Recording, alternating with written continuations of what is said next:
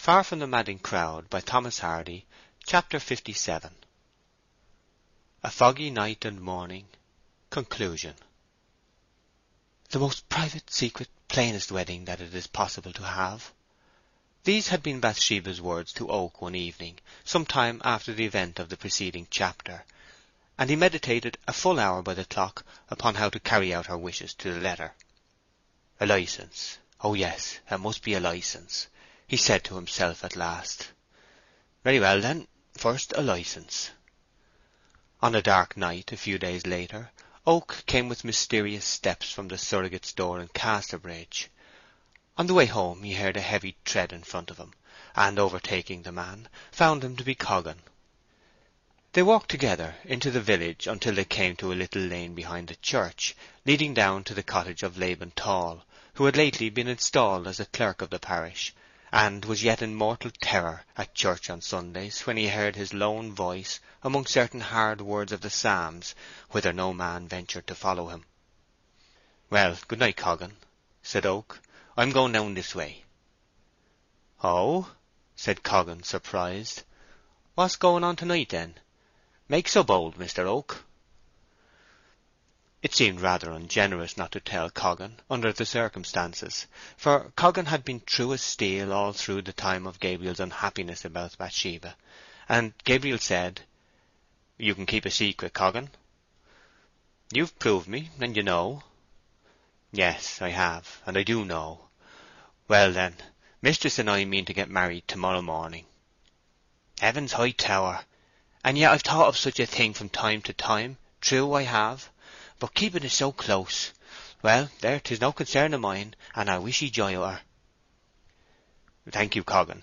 But I assure 'ee that this great hush is not what I wish for at all, or what either of us would have wished if it hadn't been for certain things that would make a gay wedding seem hardly the thing. Bathsheba has a great wish that all in the parish shall not be in the church looking at her. She's shy-like, and nervous about it. In fact, so I be doing this to humour her." "Aye, I see. Quite right too, I suppose I must say. And you be now going down to the clerk?" "Yes. You may as well come with me." "I'm afeard your labour in keeping it close will be throwed away," said Coggan as they walked along. "Labe Tall's old woman will horn it all over the parish in half an hour." "So she will. 'Pon my life I never thought of that," said Oak, pausing. "Yet I must tell him tonight, I suppose, for he's working so far off and leaves early." "I'll tell 'ee how we could tackle her," said Coggan. "I'll knock and ask to speak to Laban outside the door, you standing in the background. Then he'll come out, and you can tell your tale. She'll never guess what I want him for, and I'll make up a few words about the farm work as a blind." This scheme was considered feasible, and Coggan advanced boldly and rapped at Mrs. Tall's door. Mrs. Tall herself opened it. "I wanted to have a word with Laban." "He's not at home, and won't be this side of 11 o'clock. He've been forced to go over to Yalbury since shutting out work. Shall I do quite as well?" "I hardly think you will. Stop a moment." And Coggan stepped round the corner of the porch to consult Oak. "Who's t'other man, then?" said Mrs. Tall. "Only a friend," said Coggan. "Say he's wanted to meet mistress near Church Hatch tomorrow morning at 10, said Oak in a whisper. "That he must come without fail, and wear his best clothes." "The clothes will floor us as safe as houses," said Coggan. "It can't be helped," said Oak. "Tell her." So Coggan delivered the message. "Mind, het or wet, blow or snow, he must come," added Jan. "'Tis very particular indeed. The fact is, 'tis to witness or sign some law work about taking shares with another farmer for a long span of years. There, that's what it is, and now I've told thee, Mother Tall, in a way I shouldn't have done if I hadn't loved thee so hopeless well." Coggan retired before she could ask any further, and next they called at the vicar's in a manner which excited no curiosity at all. Then Gabriel went home and prepared for the morrow. "Liddy," said Bathsheba on going to bed that night, "I want you to call me at 7 o'clock tomorrow, in case I shouldn't wake." "But you always do wake afore then, ma'am." "Yes, but I have something important to do, which I'll tell you of when the time comes, and it's best to make sure." Bathsheba, however, awoke voluntarily at 4, nor could she by any contrivance get back to sleep again. About 6, being quite positive that her watch had stopped during the night, she could wait no longer. She went and tapped at Liddy's door, and after some labour awoke her. "But I thought it was I had to call you," said the bewildered Liddy, "and it isn't 6 yet." "Indeed it is. How can you tell such a story, Liddy? I know it must be ever so much past 7. Come to my room as soon as you can. I want you to give my hair a good brushing." When Liddy came to Bathsheba's room, her mistress was already waiting. Liddy could not understand this extraordinary promptness. "Whatever is going on, ma'am?" she said. "Well, I'll tell you," said Bathsheba, with a mischievous smile in her bright eyes. "Farmer Oak is coming here to dine with me to-day." "Farmer Oak, and nobody else? You two alone?"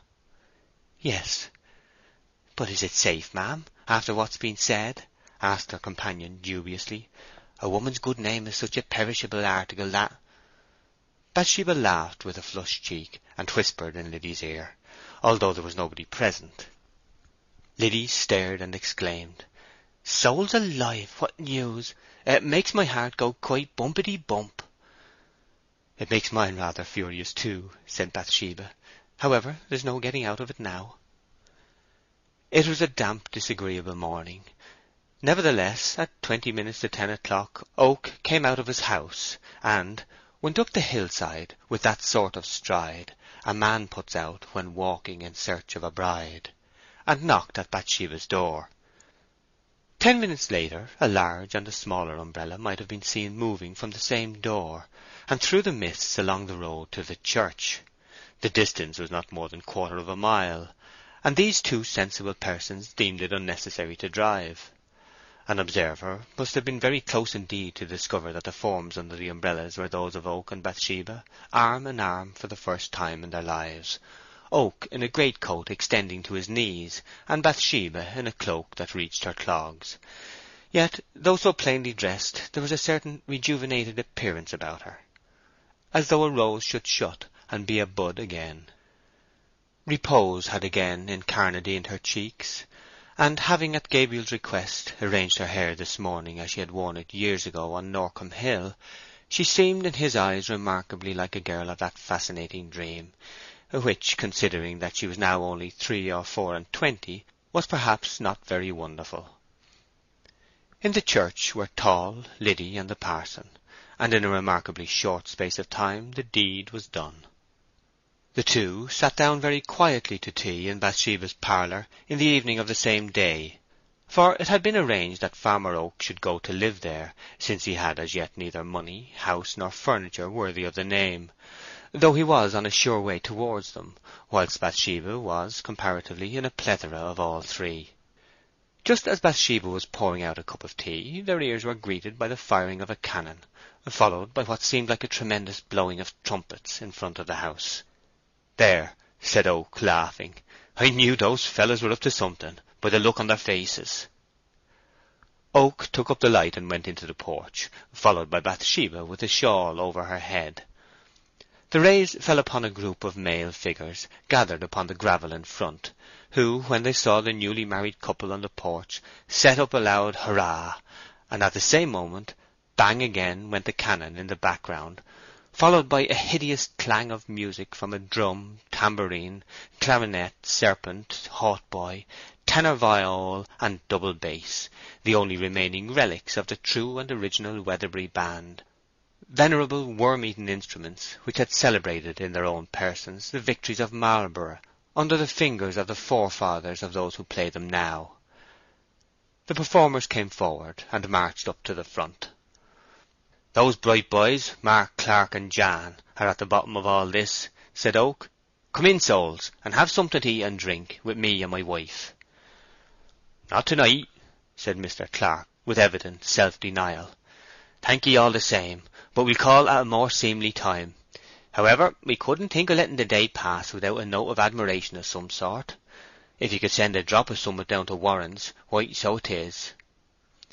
Here's long life and happiness to neighbour Oak and his comely bride." Thank ye all," said Gabriel. "A bit and a drop shall be sent to Warren's for ye at once." I had a thought that we might be very likely to get a salute of some sort from our old friends, and I was saying so to my wife, but now—" "Faith," said Coggan, in a critical tone, turning to his companions, "the man have learned to say my wife in a wonderful natural way, considering how youthful he is in wedlock as yet, neighbours all? I never heard a skilful old married feller of 20 years' standing pipe 'my wife' in a more used note than 'a did," said Jacob Smallbury. "It might have been a little more truer to nature if it had been spoke a little chillier, but that wasn't to be expected just now." "That improvement will come with time," said Jan, twirling his eye. Then Oak laughed, and Bathsheba smiled, for she never laughed readily now, and their friends turned to go. "Yes, I suppose that's the size of it," said Joseph Poorgrass, with a cheerful sigh as they moved away. "And I wish him joy o'er, though I were once or twice upon saying to-day with holy Hosea, in my scripture manner, which is my second nature, 'Ephraim is joined to idols, let him alone.' But since 'tis as 'tis, why, it might have been worse, and I feel my thanks accordingly." End of Chapter 57. End of Far from the Madding Crowd.